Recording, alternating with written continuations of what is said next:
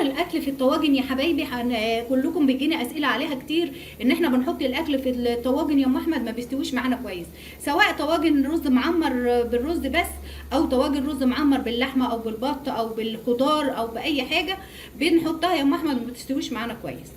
خليكم معايا وتابعوا لاخر الفيديو، ان شاء الله هقول لكم على الخطوات اللي هتطلع معاكم الحاجه مظبوطه 100%، وهتطلع معاك الاكل زي الزبده. ده الكلام ده بالنسبه للبنوتات اللي لسه صغيرين، اللي داخلين لسه اول مره يدخلوا المطبخ. اما بالنسبه لحبايبنا الكبار ده على راسنا من فوق، كلهم عارفين طريقه التسويه كويس. اللي اول حاجه لو بالنسبه للفرن الغاز، اللي عنده فرن غاز زي ده، هنشرح لكم على البوتاجاز وهنشرح لكم في الفرن بالغاز برضه. لو عندي فرن غاز زي ده، بتجهزي الطواجن بتاعتك يا حبيبتي، وبتولعي الفرن من تحت ومن الارضيه، من الارضيه من تحت ومن الشوايات، بتولعي الشوايات الاثنين. واول ما بنحط الحاجه بتاعتنا بنعلي الفرن بتاعنا. طب انا حسيت ان الطواجن بتاعتي بدات ترفع معايا وتعمل وش كده يا ام احمد، ووشها يحمر. بالنسبه لطواجن الرز المعمر بنطفي الشوايات وبنهدي الفرن من تحت وبنسيب الطواجن بتاعتنا.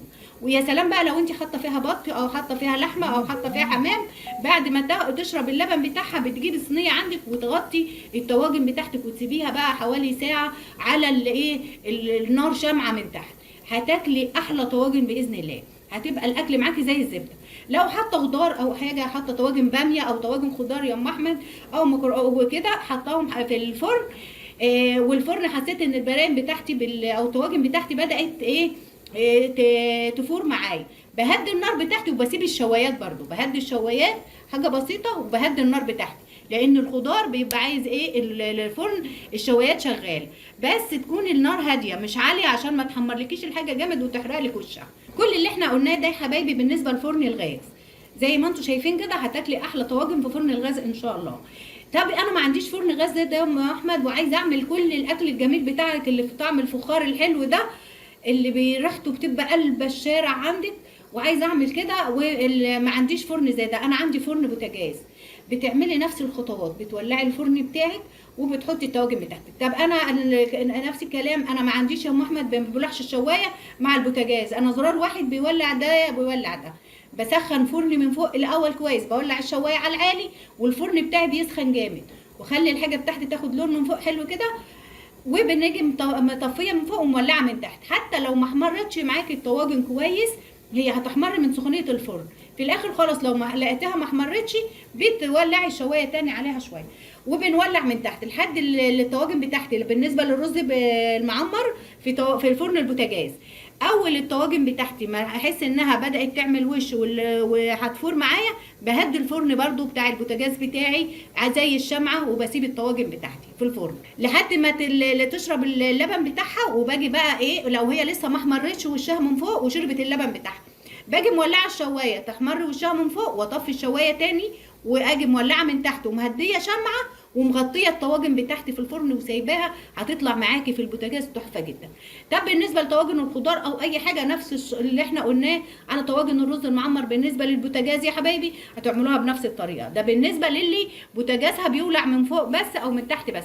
اما اللي بالنسبه بوتاجازها بيولع زرارين لفوق من تحت، بتولعي الشوايه وبتولعي البوتاجاز. البرايم بتاعتي او الطواجن بتاعتي خدت وش، بطفي الشوايه وبسيب الفرن والع من تحت زي الشمعه على الطواجن بتاعتي لحد ما تستوي براحتها، وان شاء الله هتاكلي احلى طواجن في الفخار. بالنسبه لحبايبي اللي بيسالوا ان اللي انا بعد ما حطيت الطواجن بتاعتي يا ام احمد بدات تعمل فقاقيع كده بسرعه، والطاجن هيبدا ينزل السائل بتاعه في ارضيه الفرن، بتبقى انت معليه الفرن جامد من تحت، او الارضيه بتاعت الفرن بتاعتك مش سميكه كده، بتبقى الارضيه بتاعت الفرن رقيقه.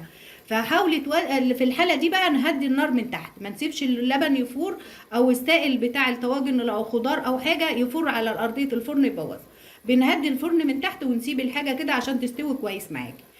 طبعا يا حبايبي بالنسبه للاكل في الفخار، لو عايزه تاكلي الحاجه في الفخار وطعمها يبقى طعم جميل جدا ويبقى قلب لك ريحه الدنيا، لازم تهدي النار بتاعتك. في الاول كده بنعلي النار بتاعتنا على الاخر عشان الطواجن بتاعتك تبقى ترفع معاكي والحاجه تستوي معاكي. ودلوقتي يا حبايبي هوريكم شكل النار لما بنحط الطواجن بتاعتنا في الفرن، ازاي بنخليها عاليه بالشكل ده. زي ما انتم شايفين كده يا حبايبي اهو، بنعلي جامد كده اهو، لازم تعلي جامد كده عشان الطواجن بتاعتك ترفع معاكي بسرعه.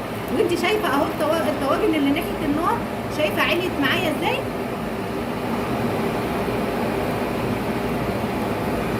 اول الطواجن ما تبدا تعمل كده حبايبي بنبدا نهدي الشوايات بتاعتها.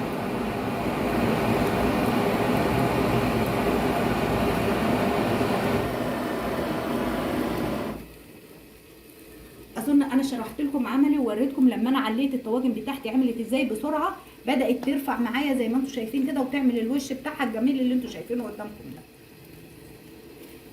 وفي الحاله دي يا حبايبي اول ما وشهم بيحمر معايا بالشكل ده كده ويبدا يرفع معايا، بنهدي النار خالص وبنسيبهم يستووا معايا على نار هاديه جدا زي الشمعه. وبالشكل ده يا حبايبي اكون جاوبت لكم على كل المشاكل اللي بتقابلكم في التسويه في الطواجن.